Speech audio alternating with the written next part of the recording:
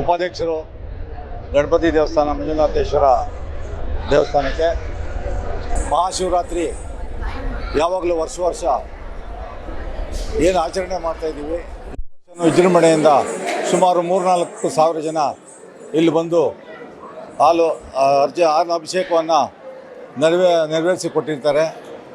ಎಲ್ಲ ಜನಕ್ಕೂ ನಮ್ಮ ದೇವಸ್ಥಾನದ ಪರವಾಗಿ ಹೃತ್ಪೂರ್ವಕ ವಂದನೆಗಳು. ಇನ್ನೂ ಭಾಳ ಕ್ಯೂನಲ್ಲಿದ್ದಾರೆ ಜನಗಳು ತುಂಬ.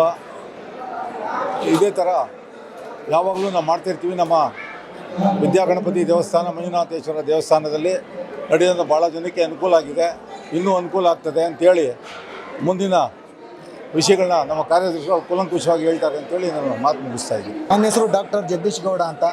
ವಿದ್ಯಾಣ್ಣಪುರ ಸಾಂಸ್ಕೃತಿಕ ಕೇಂದ್ರದಲ್ಲಿ ಕಾರ್ಯದರ್ಶಿಯಾಗಿ ಕೆಲಸ ಮಾಡ್ತಾ ಇದ್ದೀನಿ. ನಮ್ಮ ಅಧ್ಯಕ್ಷರು ಇಲ್ಲೆಲ್ಲೋ ಇದ್ದಾರೆ, ತುಂಬ ಬ್ಯುಸಿ ಇದೆ.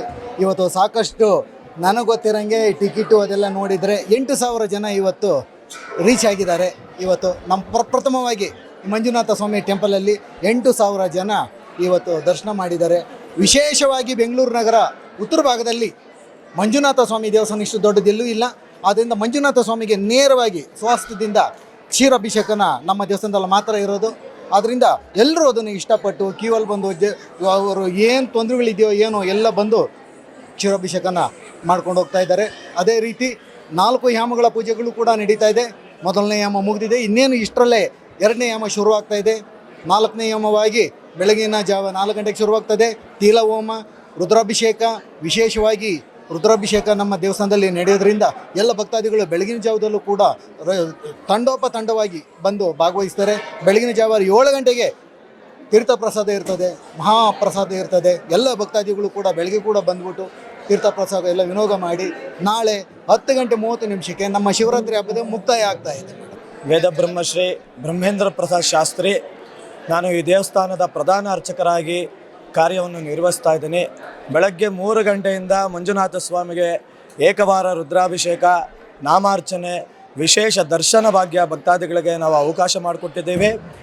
ಸಂಜೆ 4 ಗಂಟೆಗೆ ಇಂದು ಮಂಜುನಾಥ ಸ್ವಾಮಿಯ ಒಂದು ಉತ್ಸವ ಮೂರ್ತಿಯನ್ನು ನೆರವೇರಿಸಿ ಪ್ರಾಕಾರೋತ್ಸವವನ್ನು ನಾವು ನೆರವೇರಿಸಿದ್ದೇವೆ.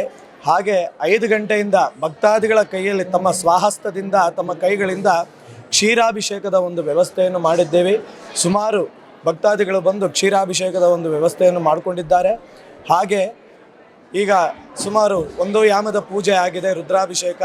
2ನೇ ಯಾಮದ ರುದ್ರಾಭಿಷೇಕ 10 ಗಂಟೆಗೆ ಶುರುವಾಗುತ್ತೆ. 10 ಗಂಟೆಯಿಂದ 12 ಗಂಟೆವರೆಗೂ ರುದ್ರಾಭಿಷೇಕ ಇರುತ್ತೆ. ಆನಂತರ 3ನೇ ಯಾಮ 3ರಿಂದ 4 ಗಂಟೆವರೆಗೂ ಇರುತ್ತೆ.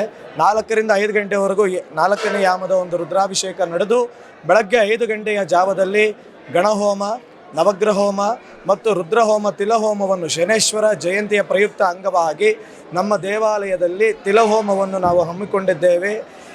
ಎಲ್ಲ ಕಾರ್ಯಕ್ರಮಗಳು ಮುಕ್ತಾಯವಾಗುವಷ್ಟರಲ್ಲಿ 6:40ಕ್ಕೆ ಎಲ್ಲ ಕಾರ್ಯಕ್ರಮಗಳು ಮುಕ್ತಾಯವಾಗುತ್ತೆ.